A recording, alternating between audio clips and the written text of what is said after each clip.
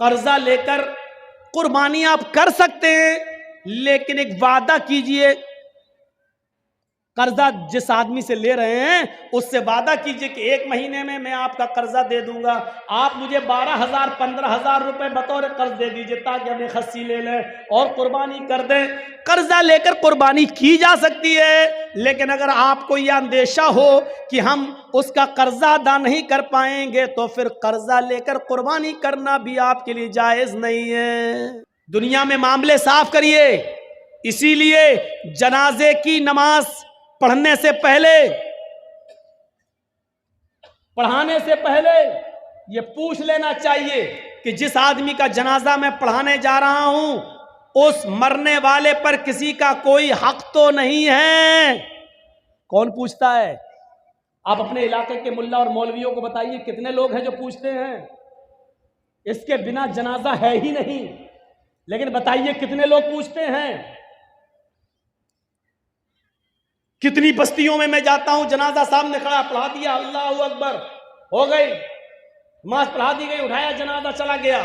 لیکن جنازہ پڑھانے والے کی ذمہ داری ہے کہ میت کا جنازہ پڑھانے سے پہلے اس کے رشتہ داروں کو سامنے لا کر، اس کے بیٹے، اس کی اولاد کو سامنے لا کر پوچھے کہ مرنے والے پر کسی کا کوئی حق تو نہیں ہے، اور جنازے میں صفیں لگ جائیں تو پوری پبلک سے پوچھا جائے کیا مرنے والے کا کسی کے اوپر کوئی قرض تو نہیں تھا۔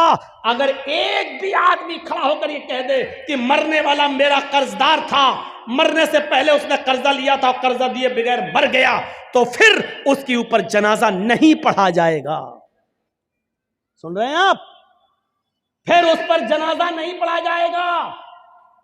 پھر اس کے گھر کا کوئی آدمی کھڑا ہو کر، اس کا بیٹا یا اس کا بھائی کھڑا ہو کر یہ کہے گا کہ اپنے باپ کا قرضہ میں ادا کروں گا، جب بیٹا یا گھر کا کوئی وارث یہ کہے کہ میں اس میت کا قرضہ میں ادا کر دوں گا، اتنا روپیہ تمہارا قرضہ میں دے دوں گا، جب اس بات کی گارنٹی جب کوئی لے گا تب اس کا جنازہ پڑھا جائے گا۔ آپ سمجھ رہے ہیں کتنا بڑا معاملہ ہے یہ بندوں کا معاملہ؟ ایک آدمی مر گیا، دنیا سے چلا گیا، اس کے ساتھ اس کی نیکیوں کا دروازہ بھی بند ہو گیا، لیکن اس کے باوجود میرے بھائیو اس کا جنازہ پڑھانے سے پہلے پوچھا جائے گا کیا اس کے اوپر کسی کا قرض تو نہیں تھا، کوئی معاملہ تو نہیں تھا، اور اگر نکل گیا تو اس کا جنازہ نہیں پڑھایا جائے گا جب تک کہ اس کے رشتہ دار یہ نہ کہیں کہ اس کا قرضہ یا اس کا معاملہ میں ادا کر دوں گا۔ میرے پیارے ساتھیو، ذرا تصور کیجیے، نبی اکرم صلی اللہ علیہ وسلم کا آخری وقت ہے، اس دنیا سے جانے والے ہیں، انتقال میں 2 یا 3 دن باقی رہ جاتے ہیں۔ آپ فرماتے ہیں لوگوں اگر میرا کسی کے اوپر کوئی قرض ہو تو وہ آج لے لے، قیامت کے دن میں نہیں دے سکتا۔ انتقال سے 2-3 دن پہلے لوگوں اگر میرے اوپر کسی کا قرض ہو تو وہ 2-3 وہ مجھ سے لے لے۔ ایک صحابی اٹھتے ہیں اور کہتے ہیں کہ اے اللہ کے نبی، میرے 3 درہم ہیں آپ کے پاس۔ اللہ کے نبی صلی اللہ علیہ وسلم نے ایک صحابی کو حکم دیا کہ 3 درہم اس کے ادا کر دیے جائیں۔ اس صحابی نے اسی وقت ان کے 3 درہم دے دیے۔ آپ نے فرمایا لوگوں جب میری روح قبض عنصری سے پرواز ہو جائے، جب میرا انتقال ہو جائے تو میری نماز جنازہ سے پہلے پوچھ لینا کسی کا کوئی قرض تو نہیں ہے، کسی کا کوئی قرض تو نہیں ہے۔ اگر کوئی ملتا ہے تو اس کا قرض ادا کر دیا جائے، اس کے بعد میرا جنازہ پڑھایا جائے اور پھر مجھے قبرستان میں دفن کر دیا جائے۔ مجھے غور کیجئے میرے بھائیو، یہ وہ ہستی کہہ رہی ہے جس کے لیے ہم مقام محمود کی دعا کرتے ہیں ہر نماز کے، ہر اذان کے بعد۔ اور اس کا حال یہ ہوا کہ اللہ کے نبی صلی اللہ علیہ وسلم کا جب انتقال ہوا تو پوچھا گیا کوئی قرض تو نہیں تھا؟ جواب کہیں سے نہیں ملا۔ سب سے پہلے ابو بکر صدیق نے آپ کی نماز جنازہ پڑھی، پھر عمر فاروق نے نماز جنازہ پڑھی، پھر عثمان غنی نے نماز جنازہ پڑھی، پھر حضرت علی نے پڑھی۔ مسئلہ یاد رکھنا، اللہ کے رسول کی نماز جنازہ جماعت کے ساتھ نہیں ہوئی، اللہ کے نبی کی نماز جنازہ کسی نے نہیں پڑھائی۔ حجرے میں تھے، ایک ایک کر کے لوگ آتے گئے، پڑھتے گئے. پہلے ابو بکر صدیق نے پڑھی، پھر عمر فاروق نے پڑھی، پھر عثمان غنی نے پڑھی، پھر حضرت علی نے پڑھی، پھر ایک ایک صحابہ بعد میں آتے گئے، پڑھتے گئے، ایک ایک کر کے پڑھتے جاتے، نکلتے جاتے، یہاں تک کہ بعد میں عورتوں نے بھی نماز جنازہ پڑھی اور سب سے لاسٹ میں بچوں نے نماز جنازہ پڑھی. اسی کو پڑھتے پڑھتے اور لوگ دیکھنے آتے تھے. اللہ کے نبی صلی اللہ علیہ وسلم کو تقریباً آج کے موجودہ ٹائم کے لحاظ سے 32 آورز انتقال کے بعد 32 گھنٹے تک آپ کو دفنایا نہیں جا سکا. 32 گھنٹے تک آپ کو دفنایا نہیں جا سکا. اور اس کے بعد جب آپ کو دفنا دیا گیا، مٹی آپ کی ہو جاتی ہے، تو حضرت ابو بکر صدیق جب تک خلیفہ رہے اعلان کرتے رہے، لوگوں اگر نبی اکرم صلی اللہ علیہ وسلم کا قرض کسی کے اوپر ہو تو وہ مجھ سے لے لے. لیکن ابو بکر صدیق 2 سال تک خلیفہ رہے، 2 سال تک برابر اعلان کیا، لیکن کوئی نہیں آیا. پھر حضرت عمر فاروق کا زمانہ آیا. حضرت عمر فاروق کے پورے 10 سال تک اعلان ہوتا رہا، اگر نبی اکرم کا قرض کسی کے اوپر ہو، اگر کسی نے نبی کو قرض دیا ہو اور اس کا قرض باقی ہو تو وہ عمر سے آ کر لے لے. حضرت عمر فاروق کے 10 سال کی خلافت میں بھی کوئی قرضہ لینے نہیں آیا. حضرت عثمان غنی کا جب زمانہ آیا تو 12 سال تک اعلان کیا جاتا رہا، اگر نبی اکرم نے کسی سے قرض لیا ہے تو وہ آ کر مجھ سے قرض لے لے، میں نبی کا قرض دینے کے لیے تیار ہوں. لیکن 12 سال تک عثمان غنی کے زمانے میں بھی کوئی قرض لینے نہیں آیا. ذرا اندازہ لگائیے کہ قرضے کا معاملہ کتنا بھیانک ہوتا ہے. اللہ کے نبی صلی اللہ علیہ وسلم اپنے انتقال سے پہلے خود اعلان کر رہے ہیں، اگر کسی کا قرض میرے اوپر ہے تو لے لے. ایک اٹھتے ہیں اور کہتے ہیں کہ میرے 3 درہم آپ نے دلوا دیے، پھر کوئی نہیں ملا. ابو بکر صدیق نے 2 سال تک اعلان کیا لیکن کوئی نہیں ملا. عمر فاروق نے 10 سال تک اعلان کیا لیکن کوئی نہیں ملا.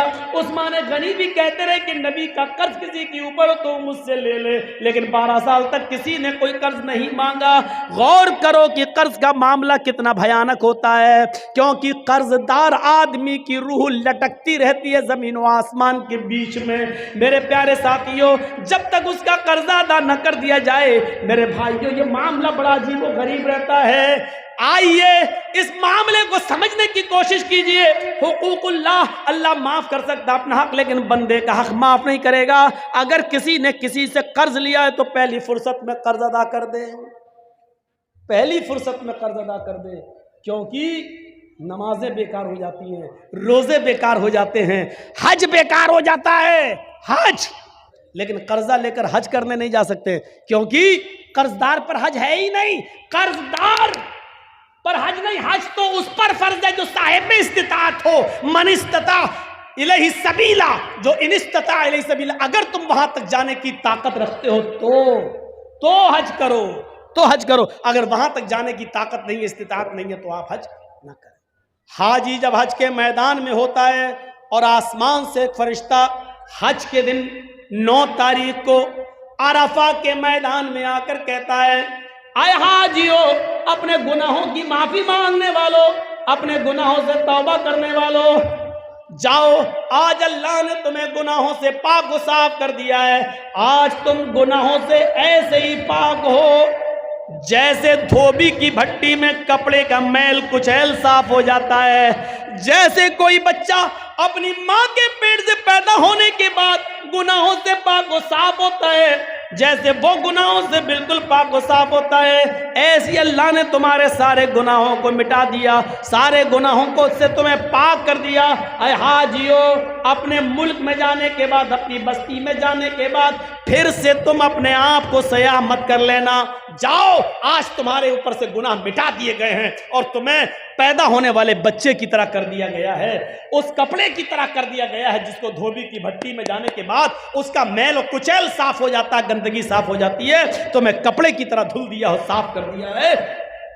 جہاں فرشتہ یہ اعلان کر کے خوشخبری سناتا ہے کہ اللہ نے تمہارے گناہوں کو ختم کر دیا، مٹا دیا، ایسے موقع پر بھی اللہ اس حج کے میدان میں بھی ان لوگوں کے گناہ نہیں مٹاتا ہے جو کسی پر ظلم کر کے حج کرنے آئے ہیں، یا کسی کی دکان پر ناجائز قبضہ کر کے، یا ایک دو بالش زمین کسی کی داب کر اس پر ظلم کر کے حج کے میدان میں پہنچے اور حج کرنے آئے، جب تک بندہ اس کو معاف نہیں کرے گا اللہ بھی معاف نہیں کرے گا۔ اللہ حج کے میدان میں بھی اس کو معاف نہیں کرتا۔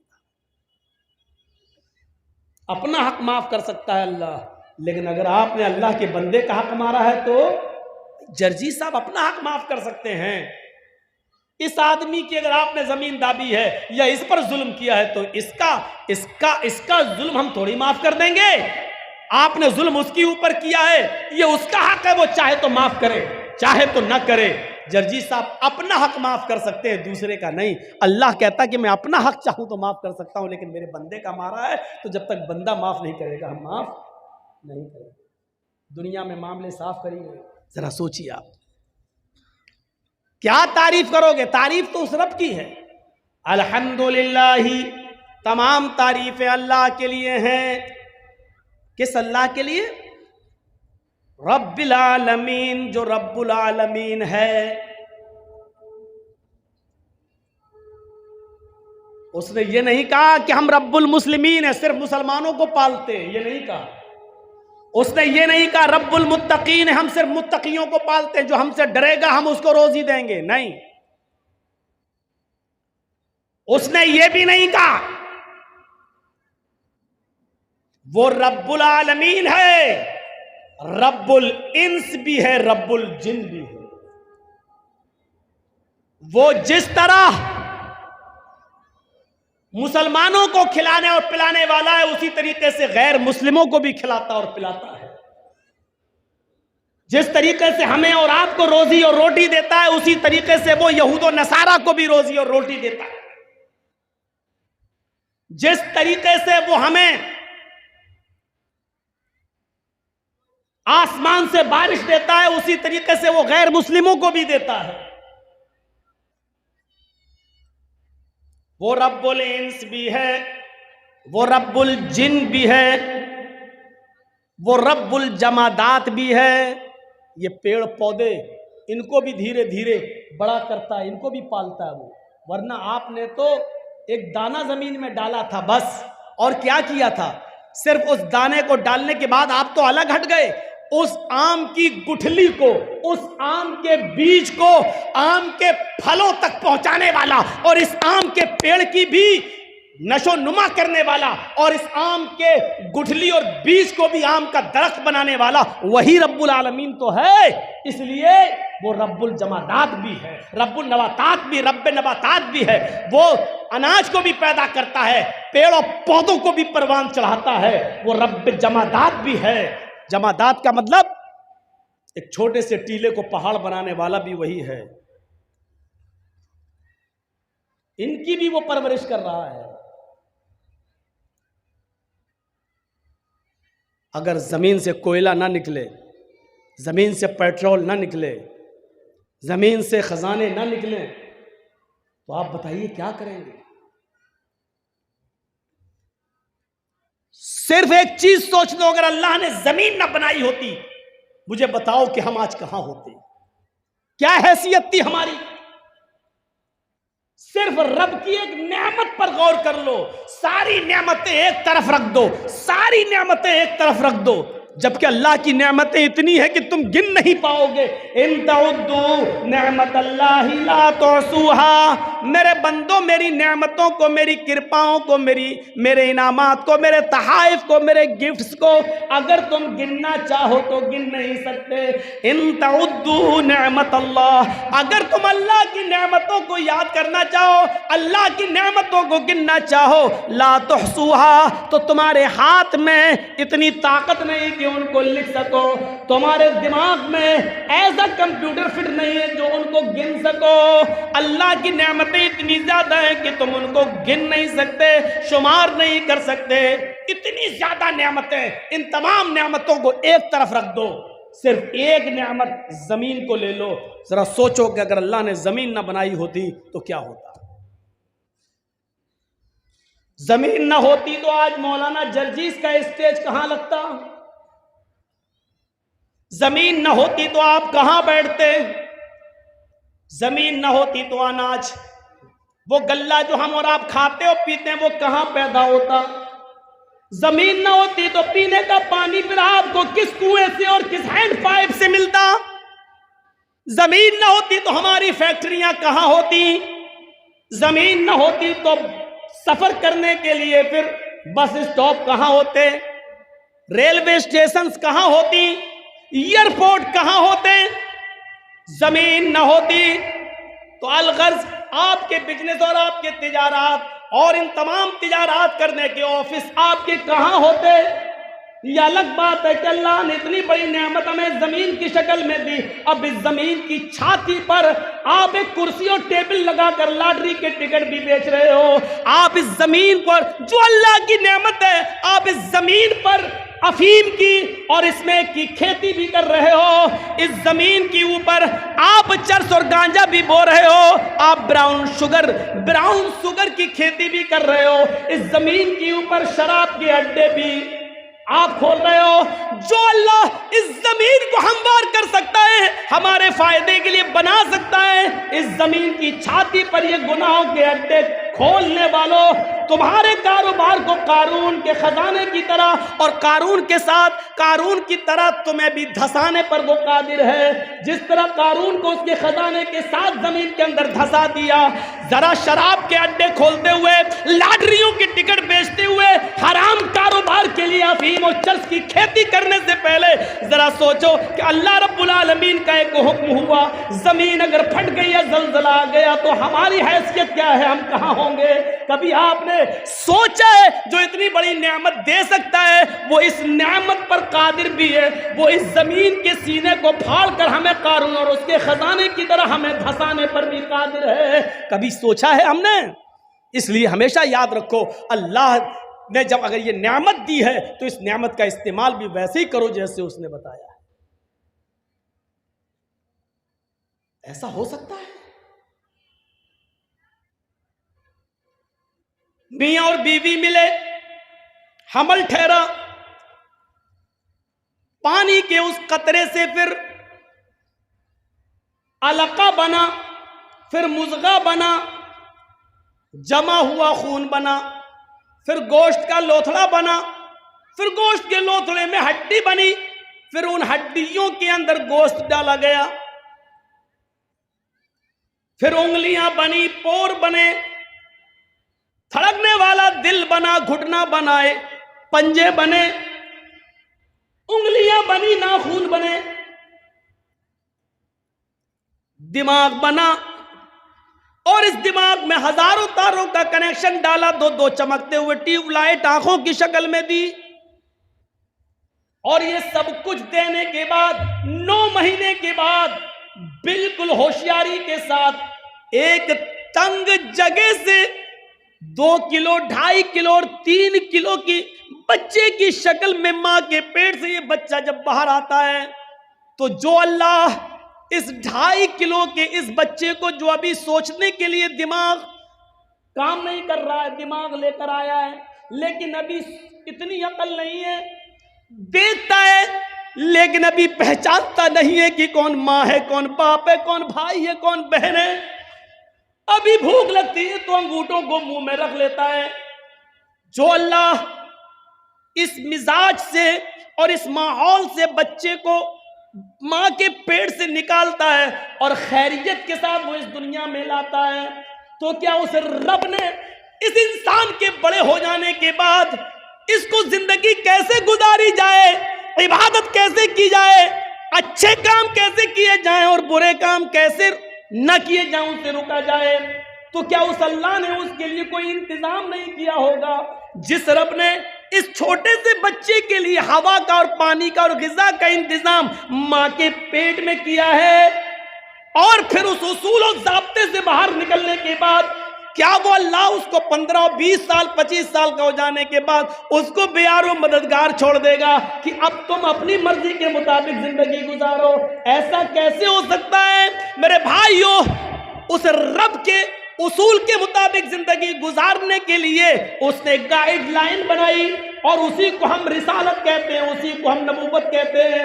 اس نے رسولوں کا سلسلہ چلایا, اس نے نبیوں کا اور پیغمبروں کا سلسلہ چلایا. وَلَقَدْ بَعَثْنَا فِي كُلِّ أُمَّةٍ رَسُولًا, ہم نے ہر امت کے اندر, ہر گروہ کے اندر ایک رسول بھیجا ہے, ایک پیغمبر بھیجا ہے. اور اس پیغمبر نے, اس رسول نے دنیا میں آنے کے بعد ایک ہی حکم دیا, ان اعبدوا اللہ, لوگوں ایک اللہ کی عبادت کرو, ایک اللہ کی ریاضت کرو, اپنی پیشانی ایک اللہ کے سامنے گزارو. سن لو, اتنے بڑے ماحول سے نکال کر, ماں کے پیٹ سے نکال کر 20 و 25 سال کی عمر تک تجھے پہنچا دیا. اس میں کسی اجمیر والے کا ہاتھ نہیں ہے, بدایوں والے کا ہاتھ نہیں ہے, کچھوچا والے کا ہاتھ نہیں ہے, پھلواری شریف کا کوئی بھی بابا ابھی تک تیرے کوئی کام نہیں آیا ہے. یہاں تک پہنچانے والی ذات اسی اللہ کی ہے. اس لیے عبادت کے لائق بھی صرف وہی ہے. یہ پیشانی اس نے سب سے اوپر بنائی, یہ ماتھا اس نے سب سے اوپر بنایا. اس ماتھے کو سب سے اوپر بنانے کا مطلب یہ ہے کہ ہم نے تیرا سر, تیرے پیشانی, تیرا ماتھا, تیری جبین, تیرا یہ پیشانی, یہ ماتھا جو ہم نے سب سے اوپر بنایا ہے, اے میرے بندے اس کو سب سے اونچی ذات کے سامنے جھکانا, ہر کسی کے سامنے نہیں. لہذا اس پیشانی کو جب بھی جھکانا تو ایک رب کے سامنے جھکانا, ایک اللہ کے سامنے جھکانا, ایک رب العالمین کے سامنے جھکانا. یہاں سے ہم اندازہ لگائیں کہ وہ اس کے باوجود وہ سب کو دے رہا ہے.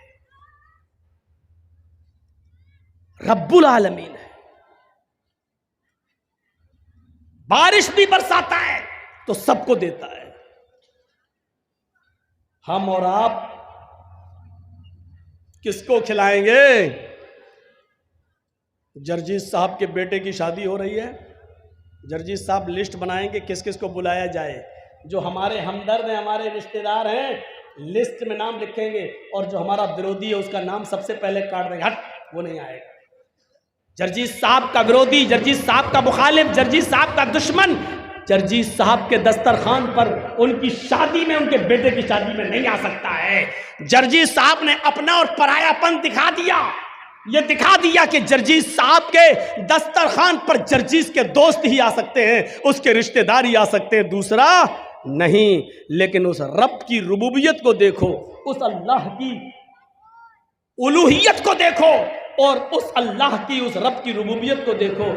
اس نے جو اناج پیدا کیا ہے, اس اناج کو ہندو بھی کھا سکتا ہے, مسلمان بھی کھا سکتا ہے, اس کو سکھ اور عیسائی بھی کھا سکتا ہے, اور پارسی بھی کھا سکتا ہے. دنیا میں اس نے جتنے لوگوں کو پیدا کیا سب اس سے فائدہ اٹھا سکتے ہیں. غور کرو, جو اس نے کھانا موسیٰ علیہ السلام کو دیا تو فرعون کو بھی اس نے بھوکا نہیں سونے دیا. اگر اس نے ابراہیم علیہ السلام کو نعمتوں سے نوازا تو نمرود کو بھی اس نے بھوکا نہیں مرنے دیا. محمد رسول اللہ صلی اللہ علیہ وسلم پر اگر غذائیں اتاری ہیں تو نبی کے دشمن ابو جہل اور ابو لہب کو بھی اس نے بھوکا نہیں سلایا ہے. کبھی ہم نے غور کیا ہے اللہ رب العالمین کے رب کی ربوبیت پر؟ ہمیں بہت جلدی یہ آیا تھا, یہ میرا ہے, یہ فلاں کا, یہ میرا دشمن ہے, ہم اس کو نہیں بلائیں گے. لیکن ذرا تصور کرو, ایک بار حضرت ابراہیم علیہ السلام کسی مہمان کو ڈھونڈ رہے تھے. یہ ابراہیم علیہ السلام کا ایک معمول تھا, وہ کبھی کھانا اکیلے نہیں کھاتے تھے, وہ کھانا کبھی اکیلے نہیں کھاتے تھے, کسی نہ کسی کو پکڑ کر لاتے تھے اور اپنے دسترخوان پہ بٹھا کے اس کو کھانا کھلاتے تھے. ایک دن کوئی نہیں ملا تو ایک مجوسی سمجھتے ہیں, آگ کا پجاری, آگ کی عبادت کرنے والا, پارسی سمجھ لو, پارسی, آگ کو اپنا خدا ماننے والا, آگ کی عبادت کرنے والا مجوسی. وہ بوڑھا کہیں جا رہا تھا تو کہا بابا بھوکے ہو؟ کہا ہاں, چلو کھانا کھا لو. بہت اچھا, آگے بیٹھا دسترخوان پر, ابراہیم علیہ السلام نے کھانا لگا دیا. اس بوڑھے نے جیسی کھانے کا لقمہ اٹھایا اور منہ تک لے جانا چاہا, اس نے نام لیا, بسم النار, شروع کرتا ہوں آگ کے نام سے.